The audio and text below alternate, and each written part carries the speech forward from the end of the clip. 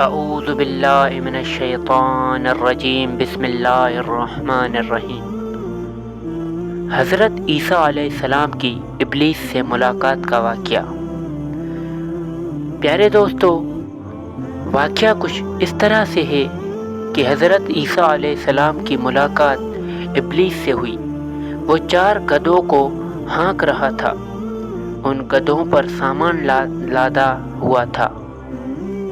حضرت عیسیٰ علیہ السلام نے ابلیس سے ان گدھوں کے ہانکنے اور سامان کے بارے میں پوچھا۔ ابلیس نے جواب میں کہا کہ تجارت کا سامان ان گدھوں پر لدا ہوا ہے اور خریدنے والوں کو تلاش کر رہا ہوں۔ تو حضرت عیسیٰ علیہ السلام نے اس کی بات سن کر پوچھا، پہلے گدھے پر کیا سامان ہے؟ ابلیس نے کہا، ظلم۔ حضرت عیسیٰ علیہ السلام نے پوچھا، اسے کون خریدے گا؟ ابلیس نے کہا، بادشاہ۔ دوسرے گدھے کے بارے میں پوچھا کہ اس پر کیا لدا ہے؟ ابلیس نے کہا، حسد۔ حضرت عیسیٰ علیہ السلام نے پوچھا، کون خریدے گا؟ شیطان کہنے لگا، علماء۔